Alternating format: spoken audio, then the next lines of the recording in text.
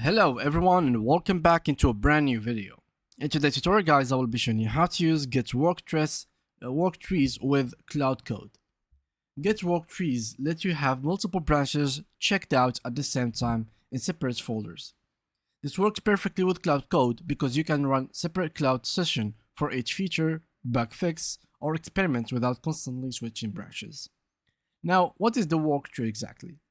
So normally a Git repository can only have one branch checked at a time. With Worktrees, you can have your projects and have multiple trees next to them, like the main, feature, bug fix payments, for example, and docs updates, something like that.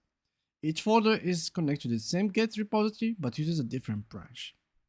Now, the first thing to do to create yourself a worktree is from your main repository. So you need to get to write this down. You can literally, if you had Claude code connected with your API in GitHub, you can literally just write down this command and you will be able to actually add the worktree to your Git. Also, make sure to switch the name. So this is the name of the branch. Make sure to switch it to any name you want. Make sure to switch all of these to be more specific. This will create a new folder. And once you did that and checks out, you need to actually do this. And this will allow you guys to actually go and checks out if the actual tree is there.